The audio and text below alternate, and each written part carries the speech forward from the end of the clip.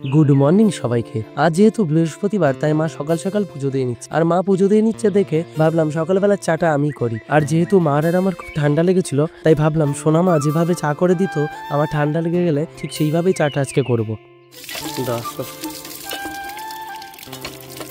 তাই পরিমাণ মতো জল নিয়ে আমি চা বসিয়ে দিলাম। ঠান্ডা লাগলে সোনামাকে মজা করেই বলতাম, সোনামা তোমার এই জড়িবুটি দেওয়া চাটা একটু করে দাও তো, বেশ উপকার হতো। কিন্তু আমাদের বাড়িতে এখন চিনির বদলে মা বাতাসা দিয়েই সবকিছু রান্না করছে। আমি ধুয়ে আনা তুলসী পাতাগুলো চায়ের জলে দিয়ে দিলাম, তারপর একটু আদা নিয়ে আদাটাকে ভালো করে শিলনোড়া দিয়ে বেটে নিলাম, যতক্ষণ না সেটা একটু মিহি হতো। তারপর আদাটা জলে দিয়ে আমি কয়েকটা লবঙ্গ এভাবেই শিলনোড়া দিয়ে বেটে তারপর সেই চায়ের জলে দিয়ে দিলাম। আমি কিন্তু কোনো চা তৈরি করা শেখাচ্ছি না, সোনামা এরকম করে চা তৈরি করে খাওয়াতো, তাই আমি একটু চেষ্টা করছি সেভাবে চা করার। যাই হোক, জল ভালো করে ফুটে উঠলে আমি চা পাতা দিয়ে ঢাকনা দিয়ে গ্যাসটা অফ করে দিলাম। সোনামাকে চায়ে তেজপাতা দিতেও দেখেছি, কিন্তু আমি তেজপাতাটা খুঁজে পাইনি। আর মা যেহেতু পুজো করছিল তাই মাকে আর বিরক্তও করিনি। সবার কাপে একটু পরিমাণ মতো গোলমরিচের গুঁড়ো দিয়ে দিলাম, কারণ গোলমরিচের ঝালে গলায় একটু আরাম পাওয়া যায়।